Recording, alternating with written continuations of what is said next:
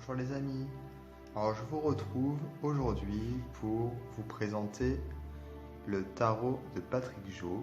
Donc je voulais partager ce jeu avec vous puisque c'est un jeu qui est devenu très rare, il n'est plus édité. Et Patrick Jo est le créateur d'un oracle qui est très connu, c'est l'oracle Lumière. Donc je pense que si vous avez l'habitude d'utiliser les jeux de cartes, les oracles, si vous y connaissez un petit peu, vous devez donc connaître l'Oracle Lumière, qui vraiment est un jeu qui est énormément utilisé. Donc ce jeu, c'est un jeu de tarot, et il n'a pas connu le même succès que l'Oracle Lumière, puisque finalement il est même plutôt rare, et peu de personnes connaissent son existence. Donc c'est un jeu qui a été édité par Héron. On a ici un livret. Alors le livret, ce qui est un petit peu dommage, c'est qu'il n'y a pas d'explication au niveau de la démarche de création de ce jeu de tarot. Donc il n'explique pas particulièrement pourquoi ils l'ont illustré de cette façon plutôt qu'une autre. Voilà. Donc en fait on a juste les significations des cartes, carte à l'endroit, carte à l'envers. Là on a toutes les majeures. Et ensuite on a les mineures qui sont également décrites en termes de sens divinatoire avec la carte à l'endroit et la carte à l'envers comme pour les majeurs. Et enfin on a des tirages, des exemples de tirages. Voilà. Donc bon, c'est vrai que j'aurais bien apprécié un petit texte qui explique un petit peu la démarche de création.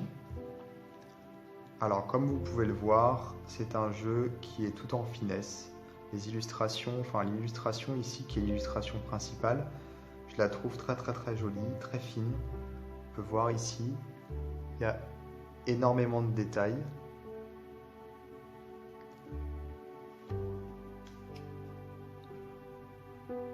Donc pour quasiment l'ensemble des cartes, je dis bien quasiment parce que certaines cartes ne sont pas construites de la même façon. Mais comme vous pouvez le voir, on a la partie supérieure qui est identique pour quasiment toutes les cartes. En fait, l'illustration finalement, elle est sur la partie inférieure de la carte uniquement, cette partie ici. Et on a toujours en haut un visage. Donc on a l'impression ici de voûte d'une cathédrale ou d'une église. Et un visage ici, donc bon, il n'y a pas d'explication sur ce visage, j'ai l'impression qu'il s'agit un petit peu du visage de Jésus, je ne sais pas pourquoi, c'est ce que ça me fait penser, avec la barbe, les cheveux, etc. Donc là vous voyez, on a une construction qui est différente pour la carte du pape, mais une fois qu'on repasse à l'amoureux, on retombe sur la même construction, avec les voûtes sur la partie supérieure de la carte. Alors c'est la petite critique que je pourrais également ajouter à ce jeu, c'est que en fait l'illustration, elle prend finalement elle prend les 2/3 de la carte uniquement, et c'est dommage parce que si l'illustration centrale avait été plus grande, le jeu aurait été encore plus beau, parce qu'on aurait eu vraiment plus de détails finalement. La carte de la France, je la trouve très belle. Avec ses racines ici, je trouve ça vraiment splendide. On voit bien la musculature du personnage, donc la force est bien représentée. Et c'est vrai que j'aurais préféré peut-être une illustration un peu plus grande, quitte à se passer de cette partie qui revient sans cesse. Donc là, pour le pendu, on a une partie supérieure un petit peu différente. Je trouve que cette carte du pendu est très poétique également. On voit que les pieds du personnage.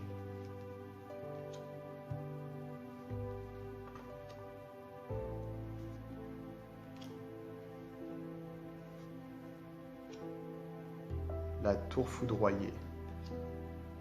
Alors les noms des cartes changent un petit peu, hein. Là il y a l'étoile des mages, donc on a quelques différences, mais pas sur toutes les cartes. Par exemple là on a la lune, le soleil, donc on reste semblable aux autres jeux de tarot.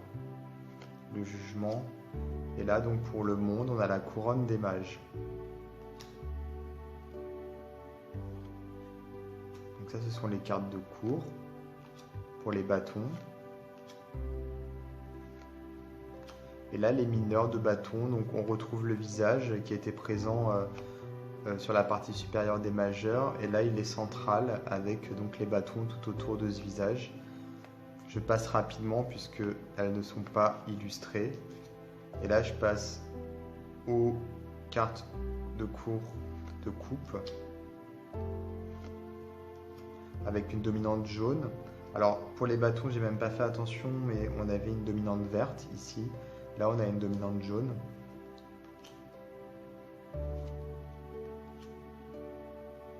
Donc pareil pour les mineurs avec le visage au milieu que je passe rapidement. Dominante rouge pour l'épée. Un choix de couleur un petit peu particulier puisque généralement c'est vrai que l'épée n'est pas forcément associée à la couleur rouge. Pareil pour... là on avait les coupes en jaune, c'est pareil, généralement les coupes sont plutôt associées à du bleu. Et là pour les deniers on a du bleu. Donc des explications là-dessus n'auraient pas été de trop, parce que c'est toujours intéressant de connaître la démarche du créateur, savoir pourquoi il a choisi telle couleur plutôt qu'une autre. C'est ce qui fait un petit peu défaut dans le livret. Alors pour le dos, il est très très beau. J'aime beaucoup. Pour la qualité, c'est une qualité standard, mais une bonne qualité, hein. Les cartes glissent bien. On est sur une taille standard également. Donc c'est plutôt sympa. Voilà. Donc voilà pour ce jeu qui est vraiment très joli dans les détails. Il y a beaucoup de travail. Malheureusement des mineurs qui ne sont pas illustrés. Et puis il y a un petit manque d'informations également sur le livret. Voilà. En tout cas, j'espère que cette vidéo vous a plu. Je vous dis à très bientôt pour d'autres vidéos. Et surtout, n'hésitez pas à vous abonner à ma chaîne YouTube. À bientôt.